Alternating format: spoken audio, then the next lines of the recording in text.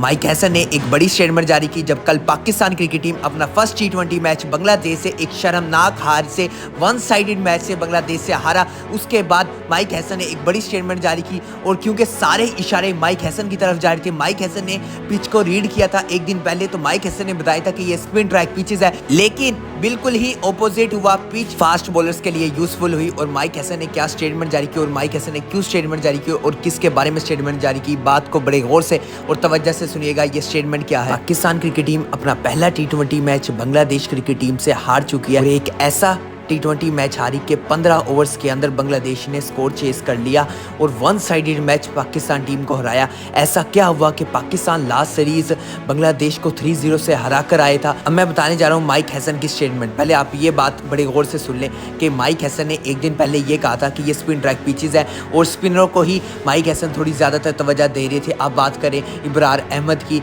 या फिर आप बात करें मोहम्मद नवाज की और खुशदिल शाह है हमारे पास, और हमारे पास जो कैप्टन है सलमान अली आगा, वो भी स्पिनर है। तो इनके ऊपर काफ़ी तवज्जो दी जा रही थी और कहा जा रहा था कि ये स्पिन ट्रैक पिचेस है और बिल्कुल सच है। ढाका की जो पिच है वो स्पिन ट्रैक पिचेस है और स्पिन ट्रैक को ही ज़्यादातर मदद हुई है। लेकिन एक दिन के अंदर कहें या 2 दिन के अंदर कहें, पिच बिल्कुल ही चेंज हो गया और पिच को कोई रीड नहीं कर सका। और माइक हैसन ने पूरी कोशिश की कि पिच को रीड किया जाए और माइक हैसन ने बताया कि पिच स्पिन ट्रैक है। लेकिन जब मैच का दिन हुआ तो मैच के दिन पता लगता है, जब बांग्लादेश बॉलिंग करवा रहा था पाकिस्तान को, तो फिर बांग्लादेश के जो बॉलर्स थे उसमें मुस्तफिजुर रहमान की बात करें, शरीफुल इस्लाम की बात करें या फिर रहमान की बात करें, सारे फास्ट बॉलर्स को फ़ायदा हो रहा था और बहुत बाउंस हो रहा था पिच के अंदर। ऐसा लग रहा था कि ऑस्ट्रेलियन पिचेस के ऊपर खेल रहे हैं, स्पिन को कोई मदद नहीं मिल रही थी। और बांग्लादेश के हत्ता के एक स्पिनर ने बस 1 विकेट हासिल किया और बाकी फास्ट बॉलर्स ने 9 विकेटें हासिल की हैं पाकिस्तान क्रिकेट टीम की। माइक हैसन ने स्टेटमेंट के अंदर क्या बोला? माइक हैसन बोले स्टेटमेंट के अंदर,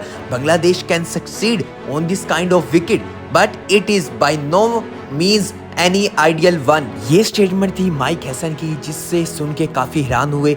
बांग्लादेश जीत सकता है, कामयाब हो सकता है, बिल्कुल सही बात है। किसी भी स्टेडियम के अंदर बांग्लादेश क्रिकेट टीम है, कहीं भी परफॉर्मेंस करके दिखा सकती है।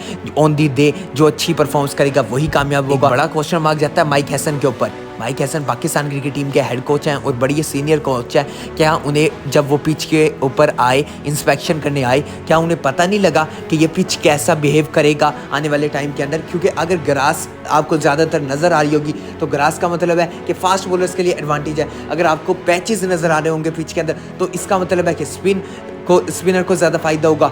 मानते हैं इस पिच के ऊपर आपको ग्रास भी नज़र नहीं आता, लेकिन पैचेस भी बहुत कम आपको इस पिच के ऊपर नज़र आ रहे थे। तो माइक हैसन को इस माइंडसेट के साथ जानना चाहिए था कि फास्ट बॉलर्स और स्पिनरों को अपने हिसाब से खिलाएं।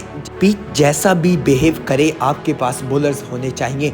आप ब्लेम नहीं कर सकते कि पिच कैसा था। ये गलत बात कही है। माइक हैसन ने सारा ब्लेम दे दिया है पिच के ऊपर कि पिच हम रीड नहीं कर सके। क्यों नहीं कर सकते pitch? Mic Hesson international coach हैं और बहुत बड़ी बड़ी जगह कोचिस कर चुके हैं। और सलमान अली आगा की बात करें तो काफ़ी तजर्बा भी है, टेस्ट का भी, ओडीआई का भी। और फिर अब बात करें तो T20 के कैप्टन भी हैं। तो फिर इतना तजर्बा होने के बावजूद आप स्पिन को रीड नहीं कर सकते और फिर आप ब्लेम दे रहे हो कि इस पिच की वजह से हम मैच हारे हैं और हम इस तरह की पिचेस के माइंडसेट के साथ आए नहीं थे। जो हम क्रिकेट खेलना चाहते थे उस तरह हम खेल नहीं सके।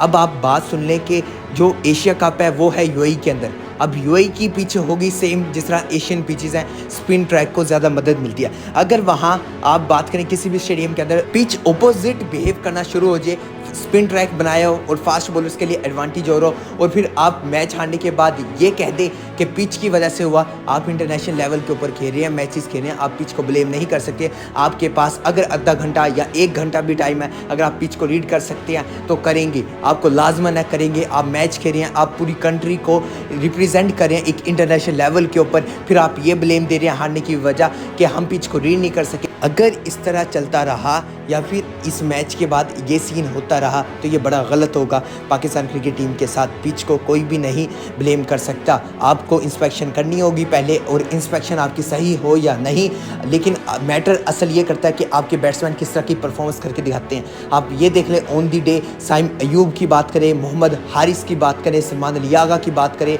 हसन नवाज की बात करें, मोहम्मद नवाज की बात करें, इन 5 बैटर्स ने, मिडिल ऑर्डर के 5 बैटर्स ने सिर्फ 16 रन बनाए हैं। और आप मैच खेलने किसके साथ खेल रहे हैं? बांग्लादेश के साथ। अभी तो आपके सामने अपोनेंट बड़ा ईजी है, बांग्लादेश है। मैंने आपको पहले भी वीडियो में कहा था कि पाकिस्तानी यंगस्टरों का टेस्ट होगा, अवे में जाके जब परफॉर्मेंस करके दिखाएंगे उसे असल परफॉर्मेंस कहा जाएगा। ऐसा नहीं है कि पाकिस्तान के अंदर खेल खेल के परफॉर्मेंस दिखा दियो अपने क्राउड के सामने, वो नहीं होगा। अपोनेंट जाए, जब कल ढाका के अंदर क्राउड था तो पाकिस्तानी बैटर्स के ऊपर डेफिनेटली प्रेशर था और नज़र भी आ रहा था बॉडी लैंग्वेज से, थोड़े से घबराए हुए से लग रहे थे पाकिस्तानी बैटर्स, क्योंकि यंगस्टर के अंदर आप देख रहे हैं हसन नवाज ने 3 बॉलें डॉट की, चौथी बॉल के ऊपर ज़बरदस्ती शॉट उड़ाने की कोशिश की जिसकी बिना पे आउट होकर चले गए। ऐसा नहीं चलेगा, अपनी परफॉर्मेंस को देखना होगा। पिच जैसा मर्जी हो, आपने पिच के हिसाब से खेलना पड़ेगा, चाहे फास्ट खेलें चाहे स्लो खेलें, आपको उसके मुताबिक चलना होगा पिच के साथ। यही बड़ा प्लेयर है। मिलता हूँ आपसे अगली वीडियो में, तब तक के लिए अल्लाह हाफिज़।